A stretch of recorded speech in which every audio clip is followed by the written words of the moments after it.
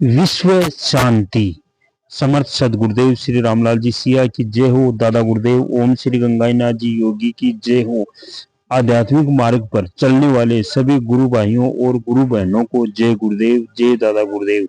ब्रह्मांड की सारी मानव जाति को जय गुरुदेव, जय दादा गुरुदेव। सारे ब्रह्मांड की मानव जाति को मैं आज बताना चाहता हूँ कि गुरु सियाग सिद्ध योग जो सदगुरुदेव है, कल की अवतार है, उनकी तस्वीर से ऑटोमेटिक ध्यान होता है, सारी समस्याओं का समाधान होता है।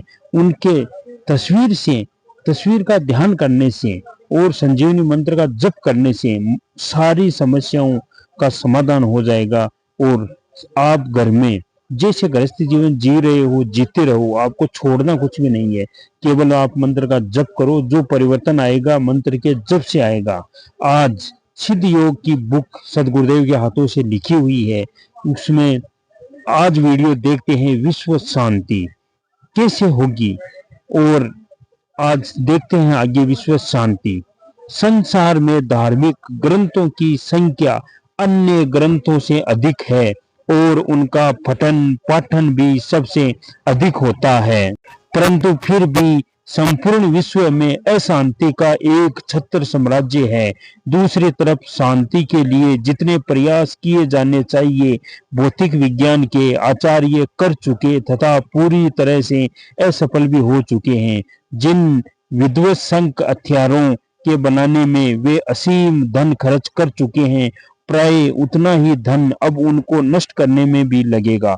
क्या घातक हथियार नष्ट किए भी जाएंगे या नहीं, यह प्रश्न बहुत महत्वपूर्ण है। इनको नष्ट करने में जितना समय और धन लगने का हिसाब लगाया गया है, उसे तो यह ही तथ्य प्रकट होता है कि ये हथियार जिस कार्य के लिए बनाए गए हैं उसी में प्रयोग होंगे। घातक हथियारों द्वारा स्थापित भय मिश्रित शांति सर्वनाश का कारण ही सिद्ध होगी।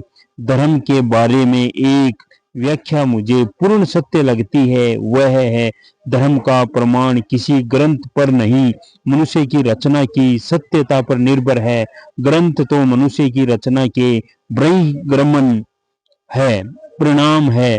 मनुष्य ही इन ग्रंथों का प्रणेता है। इससे यह बात स्पष्ट होती है कि जब तक संसार में मनुष्य शरीर रूपी ग्रंथ को पढ़ने का दिव्य विज्ञान प्रकट नहीं होता, शांति पूर्ण रूप से असंभव है।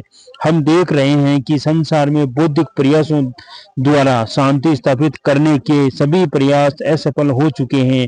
वैज्ञानिकों ने जो हथियार मानव की सुरक्षा और शांति के लिए बनाए थे, उन्हीं से मानव अब अधिक भयभीत है।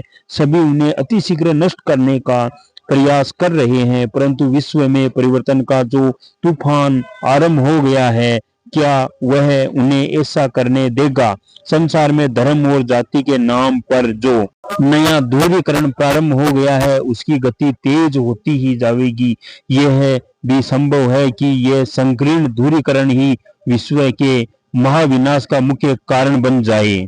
संसार भर के सभी धर्म जब तक सर्व खलिवत ब्रह्मा के वैदिक सिद्धांत को पूर्ण सत्य मानकर उसके अनुसार आचरण प्रारंभ नहीं करेंगे, तब तक शांति केवल कल्पना का ही विषय रहेगी। सभी धर्मों के धर्माचार्यों की खतनी और करनी में भारी अंतर है। सभी मूलभूत सिद्धांतों को मानने का मात्र झूठा स्वांग रच रहे हैं। संसार में मोटे तौर से तीन बल, धन बल, जन बल और मन बल माने गए हैं। इस समय संसार पूर्ण रूप से पहले दो बलों शक्तियों का ही प्रयोग कर रहा है।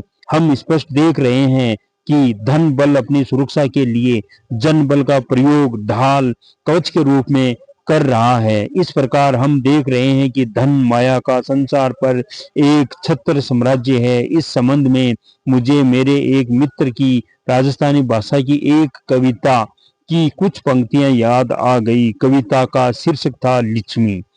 हद हुक्म हेकड़ी आ लिच्छमी, मिनका ने नाच नचावे है। कोई भूख मरे, कोई मौज करे, कोई नर माटी बन जावे है। आ लिच्छमी बड़ी बावली गिल्ली, मिनक जीवता खावे है। आध्यात्मिक जगत के लोग धर्म के नाम पर केवल अतीत के गुणगान मात्र करके इतिश्री कर रहे हैं, जबकि हमारे दर्शन के अनुसार ईश्वर प्रत्यक्षानुभूति और साक्षात्कार का विषय है। मनबल है, जो कि हमारे दर्शन के अनुसार सर्वोत्तम बल है, संसार से लोप प्राय हो चुका है। जय गुरुदेव, जय दादा गुरुदेव।